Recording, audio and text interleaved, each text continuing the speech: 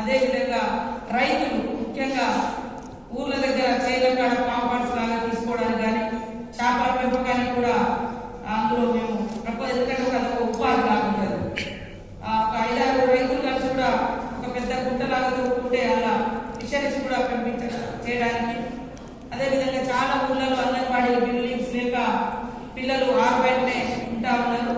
మేజర్గా మరియు కలెక్టర్ గారికి సంబంధిత ఎడ్యుకేషన్ అధికారులు కానీ ఇక్కడ పోలీసు అధికారులు వాళ్ళ దృష్టిలో కూడా ఎక్కడెక్కడైతే మీకు ఏమైనా ప్రాబ్లం కనుకుంటే నా దృష్టికి తీసుకురాని తప్పకుండా వాటన్నింటినీ సరి చేసుకొని స్కూల్ ప్రాంగణంలో ప్రైమరీ స్కూల్ ప్రాంగణాలలోనే అంగన్వాడీ సెంటర్లో పెడితే కొంచెం కలకలాడుతుంది. ఈ స్కూల్కి ఏమో 5 పిల్లలు వస్తారు, అక్కడ ఒక టీచర్ కన్నా వాళ్ళు బిక్కుమంటారు. అట్లా కాకుండా అంగన్వాడీ సెంటర్ ఇది అది 2 దగ్గర ఉంటాయి. ఈ పిల్లలు ఆ పిల్లలు మంచిగా ఆడుకోవడానికి కానీ స్కూల్లో టీచర్ ఒకరోజు టీచర్ మిస్ అయిన అంగన్వాడీ సెంటర్ ఆయా ఉంటారు. ఇవన్నీ కూడా బాగుంటాయని ఇప్పుడు వచ్చేటువంటి కూడా అంగన్వాడీ బిల్డింగ్స్ కూడా పెద్ద ఎత్తున ఇవ్వడానికి మేము నిన్ననే మీటింగ్ లో నిర్ణయించుకోవడం జరిగింది. దాదాపుగా పాప సర్పంచ్ కూడా చాలా చోట్ల వర్క్ చేసి పెండింగ్ లో ఉన్న 700 కోట్లు గతంలో ఇవ్వకుండా ఆగిపోయినటువంటి పరిస్థితి ఉంది. వాటన్నిటిని కూడా చేయడం జరుగుతుంది. జీతాలు కూడా సెల్ఫ్ ఉద్యోగులు కావచ్చు, లేకుంటే టెక్నికల్ ఫీల్డ్ అంటే ఎన్ఆర్ఈఎస్ వర్కర్స్ కావచ్చు, వాళ్ళే కూడా నిన్ననే 4,000 కోట్ల రూపాయలను రిలీజ్ చేసేందుకు కూడా మరి చేయడం జరిగింది.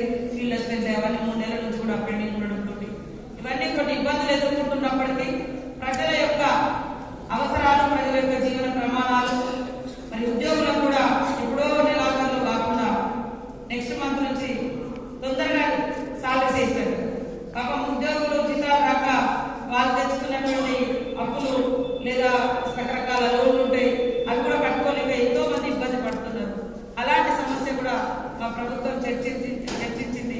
సీఎం గారు కూడా ఇవి వీలైనంత తొందరగా 2-3 తారీఖు నుంచి 5 లోపు జీతాలు ఇచ్చేటట్టుగా కూడా నిర్ణయం తీసుకోవడం జరిగింది.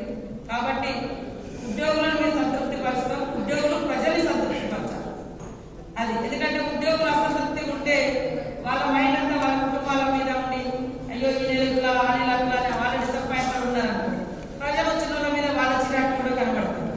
కాబట్టి మీరు పీస్ఫుల్ గా ఉండండి, శాంతియుతంగా మంచి మనసుతో ఉండండి, ప్రజలకు కూడా మంచి మనసుతో సేవ చేయాలని కోరుకుంటూ ఖచ్చితంగా రాబోయేటువంటి మహాజాతరను దృష్టిలో పెట్టుకొని పత్రికా మీడియా సోదరులు కూడా మాకు మీ దృష్టికి వచ్చినటువంటి సమస్యలు, ఇబ్బందులు కూడా మా దృష్టికి తీసుకురాలి.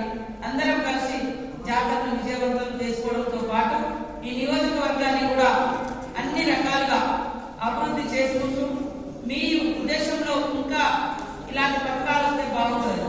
మేము ఇప్పుడు ఒక వేరే కంపెనీస్ తో కూడా ప్రైవేట్ గా కూడా మాట్లాడుకొని కలెక్టర్ గారు, ఎస్పీ గారు మేమంతా తీసుకొని డిజిటల్ క్లాసెస్ కూడా ఏర్పాటు చేయడం కోసం ఈరోజు ఒక చిన్న మీటింగ్ కూడా పెట్టుకుని ప్రతి స్కూళ్లలో 300 మెంబర్స్ ఉన్న దగ్గర 200 స్టూడెంట్స్ ఉన్న దగ్గర స్ట్రెంత్ ఎక్కువ ఉన్న కాడ డిజిటల్ క్లాస్ రూమ్స్ కూడా ఏర్పాటు చేయాలని నిర్ణయించుకోవడం జరిగింది. దానికి సంబంధించి కూడా రేపెల్లుండి ఒక ప్రణాళికను కలెక్టర్ గారు రిలీజ్ చేయడం జరుగుతుంది. ఈ ప్రాంతం వెనుకబడినటువంటి ప్రాంతం